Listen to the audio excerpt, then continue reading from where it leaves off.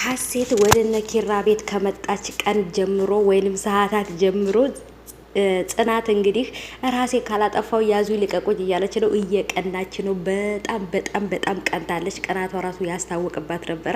ኪራም እንግዲህ እንደምትወጂኝ ያውቃለሁ፣ ግን ደግሞ ምን አጥፍቼ ነው ይሄንን ሁሉ ነገር የምታደርግብኝ ብሏታል።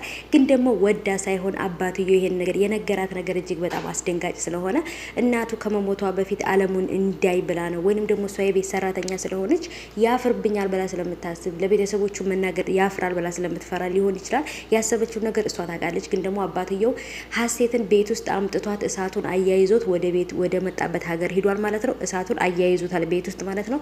በጭራሽ ሀሴትና ኪራ ሊዋደዱ አይደለም ሊፋቀሩ አይደለም አንድ ቤት ራሱ ሊኖሩ አይስማሙም ማለት ነው። ምክንያቱም ሁለቱም ወንዶች ናቸው። ኪራም ወንድ ሀሴትም ወንድ፣ በጭራሽ የሱ ታይፕ አይደለችም ሀሴት ማለት ነው። ሰላም ሰላም፣ ውድ የተከበራችሁ የቻናሌ ተከታታዮች እንዴት ናችሁ? ከኔ ጋር ሁሉ ሰላም ነው። ሰላማችሁ ይብዛልኝ ባላችሁበት ውድ ቤተሰቦቼ። ለቻናሌ ቤተሰብ ከሆናችሁ እንኳን በሰላም መጣችሁ። ቤተሰብ ያልሆናችሁ ደግሞ ሰብስክራይብ እያረጋችሁ ቤተሰቡን አዳዲስ የጽናትን ድራማ ይዤላችሁ እመጣለሁ። አዳዲስ ፍትፈታዎችን አዳዲስ የማናውቃቸውን ነገሮች ይዤላችሁ እመጣለሁ። ማታውቁትን ነገር ማለት በተለይ በቀጣዮቹ ክፍሎች ላይ የሚመጡት እጅግ በጣም አሪፍ ጦርነቶች አሉ ማለት ነው። በቃ ጦርነት በሉት በቃ የሚፈጠረው እዚህ ቤት። ምክንያቱም ሀሴት ያደገችባቸው ቤተሰቦች ወይም አባቷ የበፊትን በቃ ምን ልበላችሁ የጦርነቱ ይሄ ህግጋት በምናምን በቃ በህግ እንትን ያደገች ልጅ ናትና ኪራም ጽናትም ሁሉም በስነስርዓት ያደጉ ናቸው። ግን ደግሞ በጭራሽ እንደ ሀሴት አይሆንም ማለት ነው። ሀሴት በጣም ራሷን የምታካብድ እሷ ብቻ ነገሮችን የምታውቅ ያለ እሷ ሰው የሌለ ነው የሚመስላትና እጅግ በጣም ከባድ ነው በአሁኑ ሰዓት ያለው ነገር። ሀሴት በተለይ ደግሞ ናሆም ጋራ በጭራሽ አይስማሙም እርግጠኛ ነኝና ኪራም እንግዲህ በጧት ተነሳ። ወጣት አይደለህ እንዴ? ለምን ስፖርት አትሰራም? የምን መተኛት ነው? እንደውም እንቅልፍ ቤቱን የሰራው አንተ ላይ ነው ስትለው እንዴ ቁልፍ ልስጥሽ እንዴ ታዲያ ከፍተሽ እንዲገቢ ነው መሰለኝና በጣም ነበር ያሳቀኝ ዛሬው። እና እንደ ወንድ እያደረጉ ነበር ሲያወሯት የነበሩትና ሀሴትም ማለት ነው አባቴ እኮ ሀሴትን እኮ ወንድ ሳይሆን ሌላ ነበር ሴት መስላው ነው እንጂ ግን ደግሞ ወንድ ነው እዚህ ቤት አስቀምጦ የሄደው አባቴ እያለ እየሳቁ ነበር ማለት ነውና ሀሴት ነገረ ስራዋ ሁሉ ወንድ የሚያደርገውን ነገር ነው የምታደርገውና እጅግ በጣም ነበር ዛሬ ኪራ ያሳቀኝ ማለት ነው። የሚያደርገው ነገር የሚናገረው ነገር እሱ ራሱ በቃ ሳያስበው ቀልደኛ ሆነ ኪራ ማለት ነው።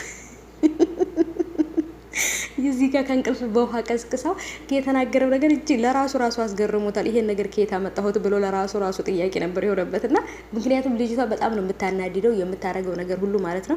መጽሐፍ ታነባለች ምናምን ያለው ነገር ይሄን ትሯ ማወቋ ችግር የለውም። ግን ደግሞ እነ ኪራ ቤት ይሄ ነገር አይሰራም። በቃ ቤተሰቦች ጭራሽ በነገራችን ላይ የኪራ ታይፕ ልትሆን አትችልም ልጅቷ በጭራሽ ኪራ ሊወዳት አይችልም። ምክንያቱም ኪራ በጽናት ፍቅር ተተብትቦ ወድቋል ማለት ነው። በቃ ልጁ ከዚህ በኋላ ጽናት ከሌለች በህይወት ራሱ የሚኖር አይመስለኝም። ጽናትም ያለ ኪራም ያለ ጽናት መኖር አይችሉም ማለት ነው። የሚዋደዱ የሚፋቀሩ የሚተሳሰቡ ልብ ለልብ የሚተዋወቁት ጽናትና ኪራ ናቸው። ስለዚህ አሁንም ቢሆን ጽናትና ኪራ ናቸው አብረው ሊሆኑ የሚችሉት።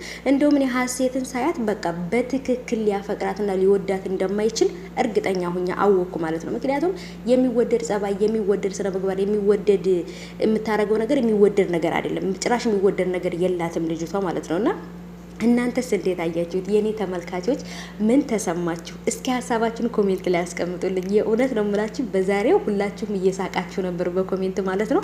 እኔ ራሴ እውነት ለመናገር በጣም ነበር የሳኩት። በተለይ ኪራ በሚያደርገው ነገር በቃ እየተሳሳተ በወንድ ነበር ሲያወራት የነበረው። ከዛ ምን ስትለው በሴት ያወራታል እና ያለው ነገር የዛሬው ብቻ አስቂ ነው። ግን ደግሞ ጽናት በጣም ቀንታለች። የምታረገውን የምታስበውን ነገር አታውቅም። ኪራንም እንግዲህ እሱ እንዲጠላት ለማድረግ ብዙ ነገር እያደረገች ነው። ይሄ ደግሞ በጣም ከባድ ነው።